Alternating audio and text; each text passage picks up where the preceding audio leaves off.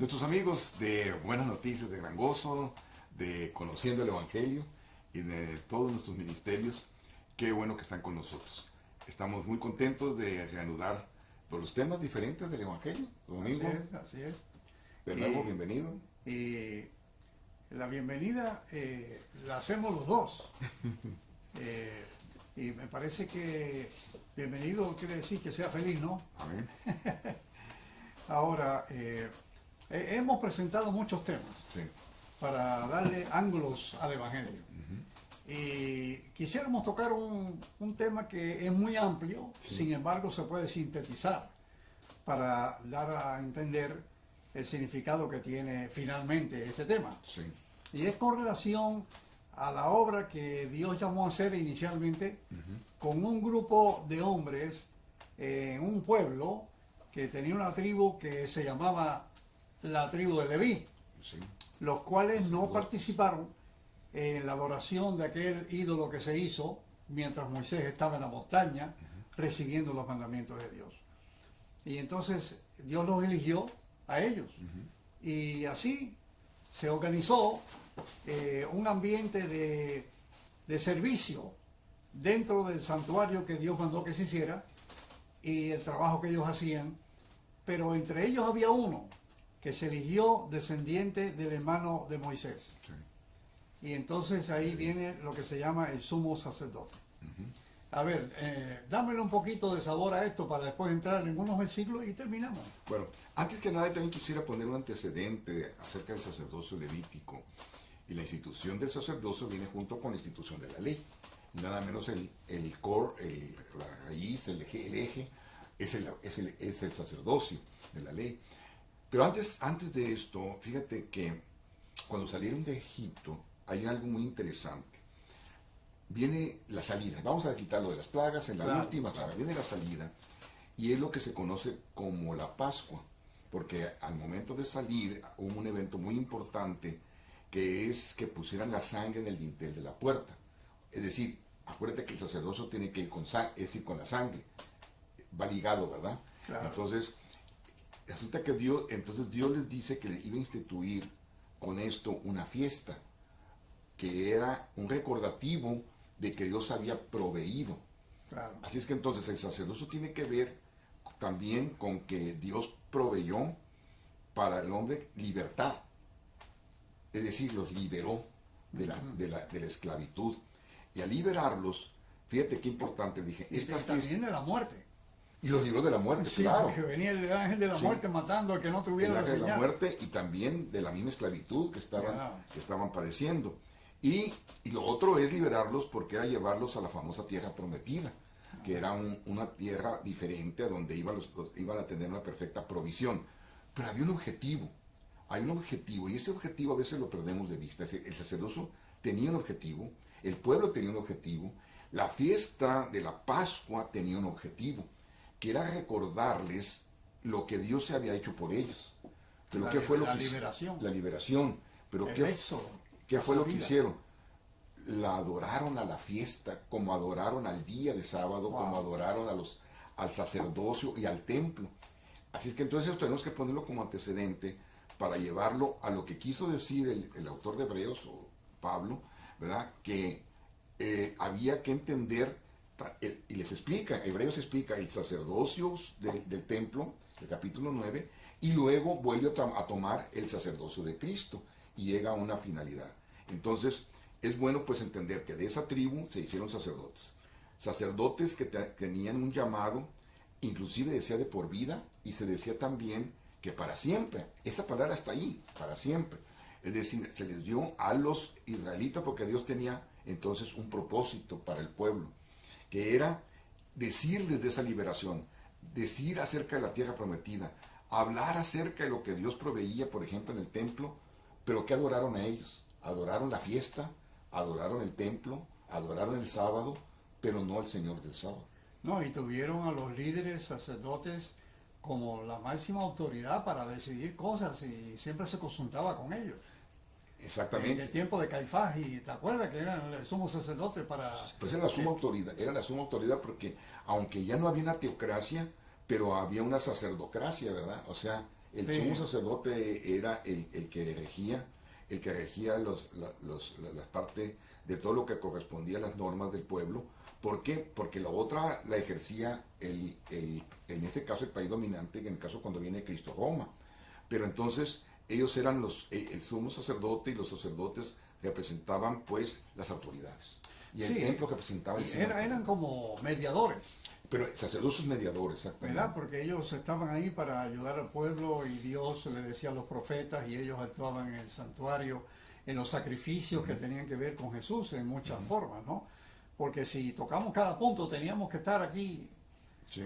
2 meses explicando el santuario y su Sí, servicio. pero no, sí, exacto, lo Pero- queremos resumir. Pero lo que queremos llegar a es que los sacrificios se hacían por el pecado. Sí, Y dice que la Biblia que el sacerdote hacía sacrificio por el pueblo y y por sobre él, sí mismo. ajá. porque era pecador. Porque era también. pecador. ajá. Ahora, cuando llegó Jesucristo, Ujú. el Mesías, el enviado de Dios, y la Biblia dice que, interesante y bonito, que Sí. dice aquí Hebreos, mas este por cuanto permanece para siempre tiene un sacerdocio inmutable, Sí. por lo cual puede también salvar perpetuamente a los que por él se acercan a Dios, viviendo siempre para interceder por ellos. Ahora dice, y tal sacerdote Nos conviene. nos convenía, pero tenía que tener una humanidad diferente a la humanidad que tenían los sacerdotes pecadores. Sí. ¿Y cómo dice? De la- Santo, inocente, sin mancha, apartado a los pecadores, más sublime que los cielos. Pero hay otro detalle también, acuérdate, que tenía que ser de la orden de Melquisedec. Y de la También. orden de Melquisedec es una orden no humana, ni legal. Tenía no que estaba en venir la de ley. Dios directamente. Tenía que venir de Dios. Eso es muy importante verlo. ¿Por qué? Porque, por ejemplo, si tú ves el capítulo 10, a donde ya va a resumir, a donde ya Pablo presenta a Cristo, el sacerdote, que renuncia a sus ropas sacerdotales Wow. y se entrega como ofrenda. Y dice, y en virtud de esa voluntad entonces dice, somos santificados mediante el sacrificio del cuerpo de Jesucristo ofrecida una sola vez y para siempre. Entonces, hazte de cuenta que ya el capítulo 9 vuelve a hablar de cómo estaba el sacerdocio en el templo, pero el 10 lo va llevando y dice, tenían que hacerse esas cosas, dice, porque la ley aún decía que había que hacerlas, pero ahora al presentar, dice, esas obras perfectas de Cristo, ahora lo tenemos que ver con otros ojos, que son los ojos que no lo quisieron ver los hebreos, por eso está escrito el libro de los hebreos, a donde no nomás es presentar al sacerdote intercesor, porque en realidad Jesucristo no se queda intercediendo por nosotros, sino que se ofrece por la voluntad, entonces ya somos santificados, ya somos santos, es decir, ya estamos pasados del otro lado por el cuerpo de Cristo, y que ese cuerpo se ofreció no como sacerdote pagando por sus pecados y los pecados del pueblo y de sí mismo, sino se ofreció como una ofrenda perfecta, de una sola vez y para siempre.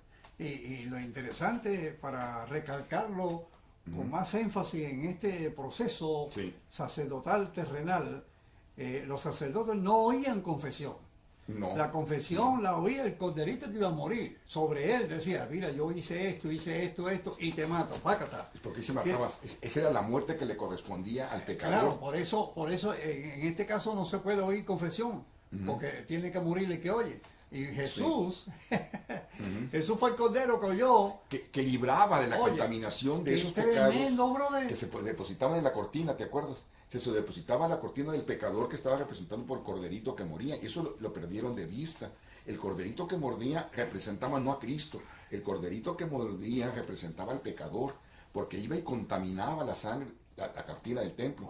Y cada año, cuando se hacía el día de la expiación, que eran chivos, no corderos, entonces sí, la sangre de uno de los dos chivos descontaminaba o limpiaba esos pecados que quedaban del pueblo en la cortina, y que eso era un anuncio de lo que Cristo iba a hacer. Eso está Ahora, poderoso. entonces ahora si nos ponemos ya, no sé si en la otra parte, a darle la segunda sección a lo que estamos viendo, es que una vez que viene ese sacerdote y se pone como ofrenda, deja sus ropas sacerdotales, pero se pone como ofrenda, es decir, coge la del chivo expiatorio, entonces, ¿qué quiere decir? Que esa ropa, en todo caso, las pone a nosotros y y él coge la de nosotros y va a la muerte vicaria, pues se llama muerte vicaria. Por eso es que es una restitución o que es, eso es redención, pagar y tomar el lugar de nosotros. Entonces, si nosotros estamos entonces buscando una manera de cómo hay algo más, entonces no hizo perfectos para siempre los santificados, ¿verdad? El versículo 14 del capítulo 10. Sí, porque los pecadores en aquel tiempo, probablemente algunos hasta si tenían dinero para hacerlo, cada vez que pecaban iban y llevaban el corderito. Cada vez que pecaban iban y llevaban el corderito. Sí. O si no tenían dinero, llevaban una paloma. O si no, un poquito de harina. Sí. Todo eso recibido. Sí. Pero cuando Cristo murió, por un solo sacrificio los hizo perfectos. Ya no tenemos que ir de nuevo allí para decir, muere por mí, muere por mí. Muere. Ese es el problema que tenemos con el cristianismo hoy. Ahora fíjate, qué curioso. Acuérdate que la sangre del macho cabrío, de uno de los dos, limpiaba, descontaminaba la cortina. La cortina estaba cerrada. Claro. Y tenía que el siguiente año volver porque la cortina seguía cerrada. El otro macho cabrío era también puesto, supuestamente los pecados, y era puesto en el desierto. El desierto normalmente quiere decir el olvido. Entonces, el chivo era puesto en el desierto, quiere decir que los pecados eran puestos en el primero, la paga del pecado es muerte, pero la dádiva de Dios es vida eterna. Pero también dice, pero en lo que ejecutaba esa expiación era esos pecados, ya no me acordaré más de ellos. Entonces, por eso eran puestos en el olvido, en el desierto, entendido esa porción. Pero ahora, si tú te pones a ver, ¿qué te parece si nos imagináramos la escena? Está el sacerdote perfecto, el que nos convenía, en el cual está perfecto y está con toda la vestidura, con todas las credenciales, pero en ese momento entonces ahora se pone como ofrenda. Eso está tremendo. Ahora, al momento que se pone como ofrenda, quiere decir que descontaminó de una vez por todas el pecado. ¿Y qué le sucedió entonces? ¿Qué dice Mateo y Lucas y Marcos que le sucedió a la cortina? Se rajó de arriba abajo. Se rajó de arriba hacia abajo. Ya no más. Entonces quiere decir que ya quedó limpio. Es decir, entonces el pecado ya fue puesto sobre los hombres y el juicio fue ejecutado sobre Cristo. Y llevó los pecados, que dice aquí. Entonces dice, ahora podemos contemplar hasta el otro lado de la cortina.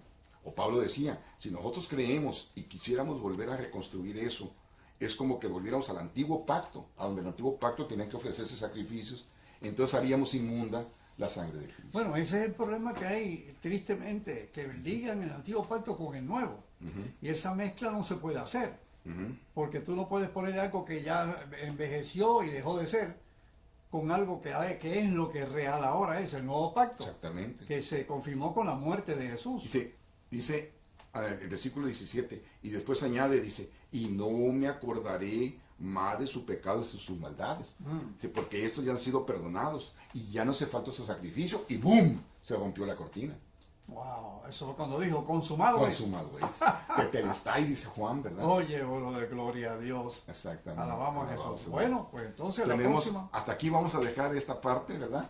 Domingo, que nos da mucho gusto estar compartiendo con usted lo que nosotros compartimos día con día, lo escribimos, nos juntamos, horas, ¿verdad? Pasamos poniéndonos de acuerdo en lo que queremos compartirles a ustedes. Así es que, Domingo, me gustaría despedirme.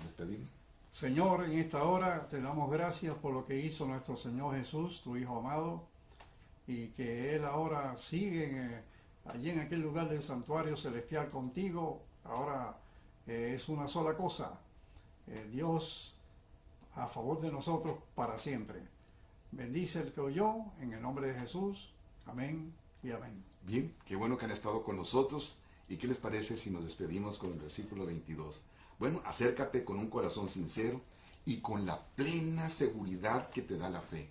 Interiormente purificada tu conciencia culpable y exteriormente lavados, dice, con agua pura. Alabado sea el nombre de Dios. Gloria a Dios. Que Dios los Amén. bendiga.